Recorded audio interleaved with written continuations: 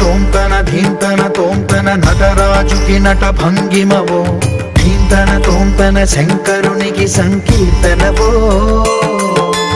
ఈశ్వరుడే అనునిత్యం తనలో తలచుకునే ఓంకారమువో